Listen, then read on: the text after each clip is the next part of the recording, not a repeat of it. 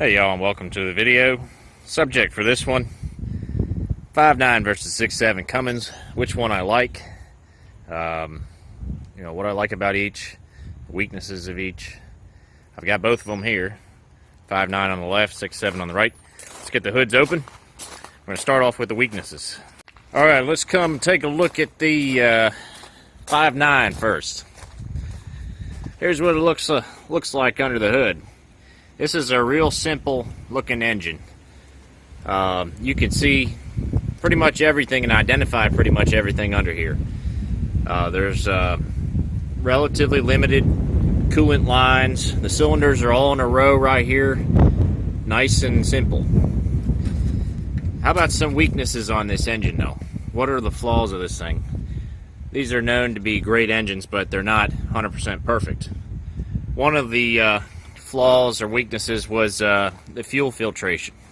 This is a common rail engine. The 5.9 came in many forms: mechanical, Huey, and then finally common rail. This is the last of the 5.9s had a fuel rail right here. And well, with this system came a lot more precise fuel injection and a lot more pressure. And the fuel filtration, which is down there, was not adequate on the stock engine. So I'm mostly talking about stock trucks. Like, yes, you could fix this and go aftermarket, but stock versus stock, that's what I'm going for in this video. So fuel filter was one of the weaknesses. One of the other weaknesses was injectors. And injectors just having relatively short lifespan, in the 150 to 200,000 mile range usually, sometimes 250 or 300, but the injectors on these trucks were hurt by the filtration, but even with good filtration, they still didn't last as long as the 6.7 injectors, which if you look at a 6.7 and a 5.9 injector, they look the same, but they're actually different.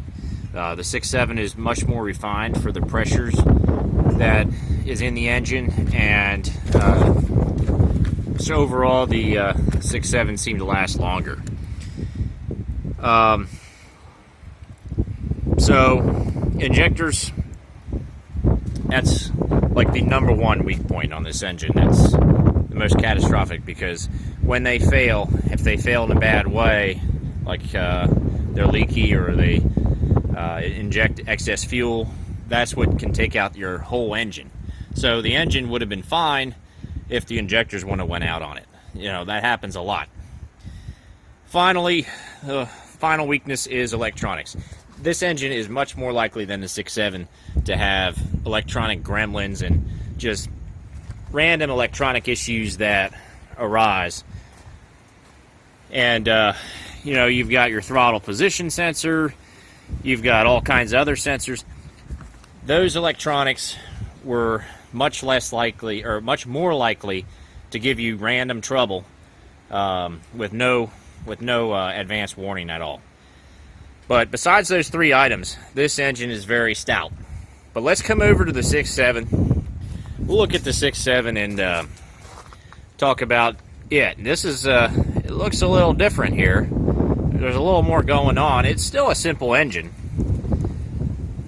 but there's definitely a lot more going on, especially on this side of the engine, all over the exhaust manifold. So this is what a truck would look like, stock 6.7. And well, one of the issues, and before I get to all that stuff, I'll look down at the turbo.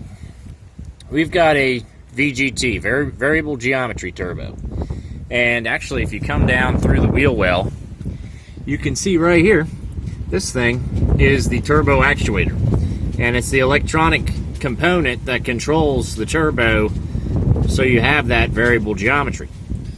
Variable geometry was great because you got an exhaust brake, because you got more throttle response at low RPM, and it also probably reduced soot emissions at low RPM as well. However, that turbo actuator has a lifespan of about 150 to 200,000 miles and is one of the number one items that needs to replace. The turbo itself, on the other hand, that could be a 500,000 mile turbo right there. So that's one weakness on the 6.7. Another one is the head gasket. on non-stock engines. So, such as if you put a tune on it, things like that, and then run it hard, you had a higher risk of floating ahead on the 6.7 versus the 5.9. And then the number one weakness of this engine is all of this stuff. This is the emissions. EGR cooler. Here's what opens up the crossover tube, and then finally you got your EGR valve over here. That was one of the things, and then of course your exhaust, your DPF, and everything else. So those things, this gets soot in the engine. That's what that does. And then the exhaust burns a lot of fuel, and you could even get fuel in the oil. So emissions was one of the big things. Now people delete that, but it's a bit of a financial investment to do that. You don't have to delete a 5.9. But besides those three weaknesses, this is a really stout engine too. Which one do I think is better for longevity? The answer is, well, a lot of people would say 5.9. But I'm not going to say that. I'm going to say it's a tie. The 6.7s are proving themselves, especially in the commercial world. The 6.7 is just another million-mile engine, quote unquote. You know, really these engines have a average lifespan of 350K for a rebuild. But that includes a lot of people who do stupid things. It includes a lot of industrial applications where the engines are idled, you know, potentially half the time that they're running.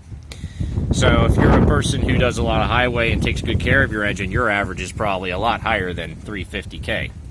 But there are many cases where we're seeing 6.7s at 1,000,000 miles and definitely at 500,000 miles these days. But the 5.9 is the one that's known for it. Maybe the holy grail of all diesel pickup engines right here.